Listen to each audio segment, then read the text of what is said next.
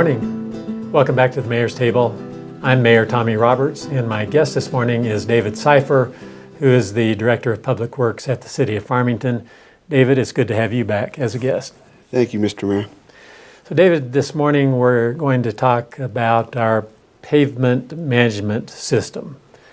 And I want you just to start out this segment by describing in general and giving an overview of what that is.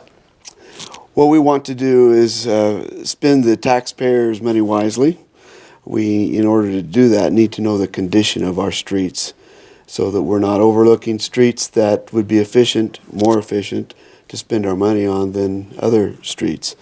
So in order to do that with some knowledge, we need to be able to go out and do an inventory of our street systems. And nowadays, it's a very sophisticated. When I first started in my career, we would have to do that all, just walk each street and do an evaluation. Now it's driven with the equipment at about 50 miles an hour, and it's a very sophisticated and I would say a more consistent process now.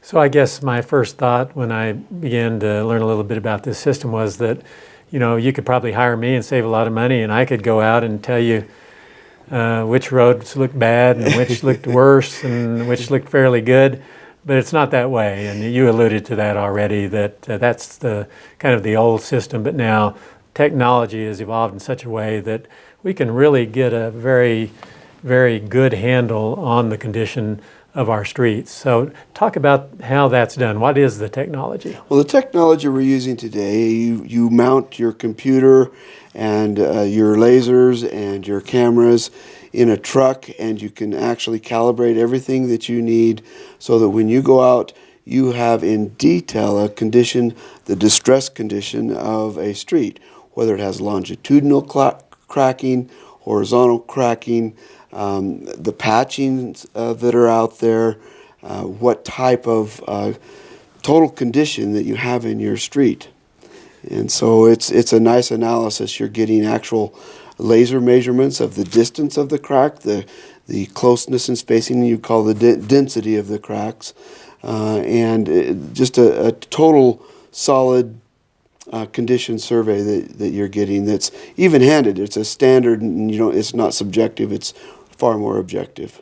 So once this process is utilized on a street segment, how are those results used in comparison to the results that are received from any other pavement segment assessment? So again, I'm trying to understand what is the feedback that you get? What are the conclusions that are drawn? Sure. If you wouldn't mind, Mr. Mayor, maybe I could refer to this little chart back here. Our deterioration curve explains kind of the science behind things and gives more reason to why this data is very, very necessary.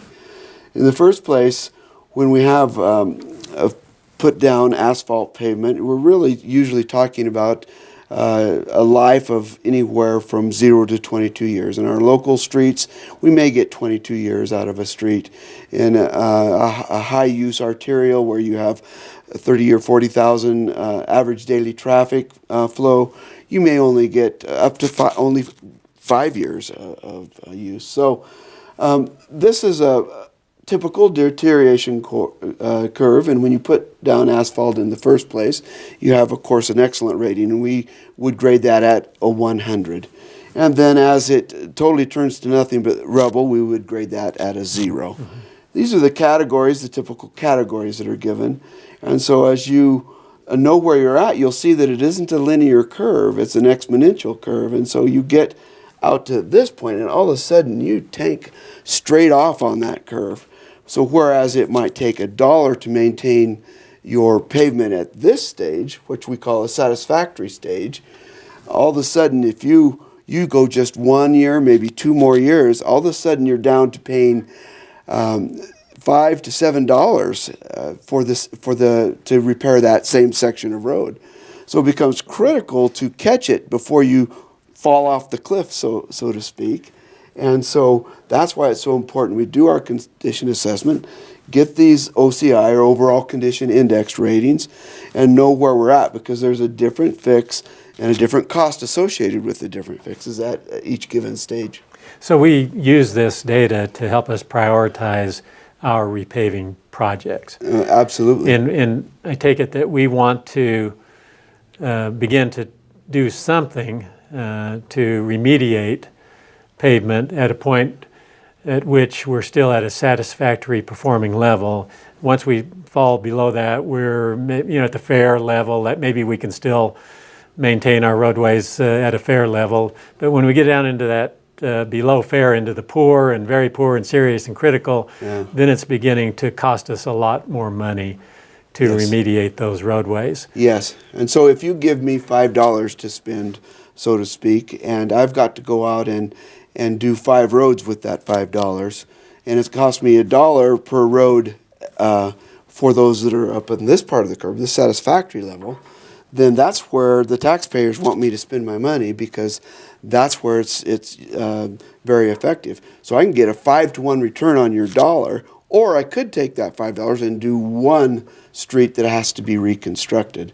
So that's the kind of comment I get all the time is, well, this street over here is far worse. Why haven't you done it?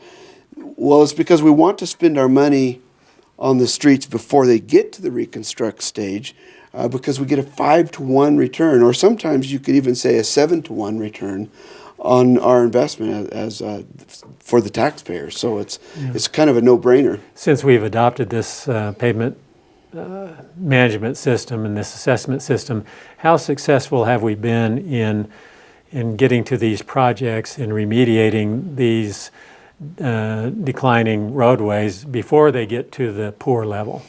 Success is going to be measured over the expanse of time. So I think that we did a great job of actually getting the remedies out this year, as is evidenced by the orange barrels.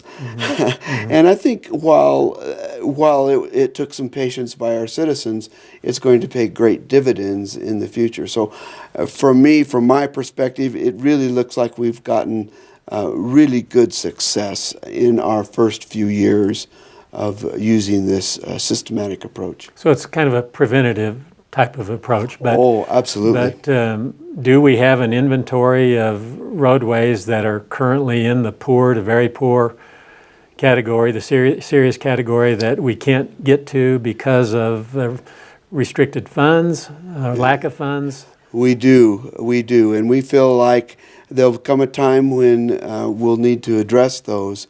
But at the moment where we're at, we have about a $4.5 million budget a year, where we do everything from crack seal and slurry seal to actual pavement overlays. And so we utilize that full range of treatment for different conditions at different OCI ratings, or whether it's excellent, critical, or wherever it is in the range. And we make use of whatever the appropriate remedy would be. So I think what I'm understanding, but you may want to correct me because I may misstate it, but it seems that we have certain number of road miles that are currently in poor, very poor condition, maybe even serious condition, maybe even critical condition. Right. They're in the pipeline. Yes. But they may remain in the pipeline as we prioritize maybe road miles that aren't quite there yet, but are approaching that status of poor or very poor, and we don't want them to get there. Is that a fair assessment? That is an awesome assessment, and it's right on. And so let's just call it 50 miles of bad roadways that we have. Really, we need to look for an alternate funding solution for those, rather than take our money and lose that 5-to-1 rate of return by spending that money on those streets, and then just compounding the problem. And instead of having 50 miles after the next 10 years, let's say we end up with 100 miles. We don't want to go there. That's a very expensive alternative.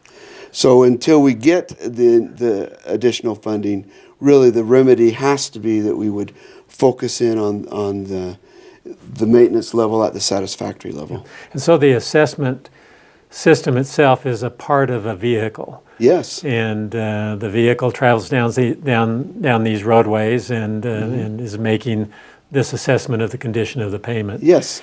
And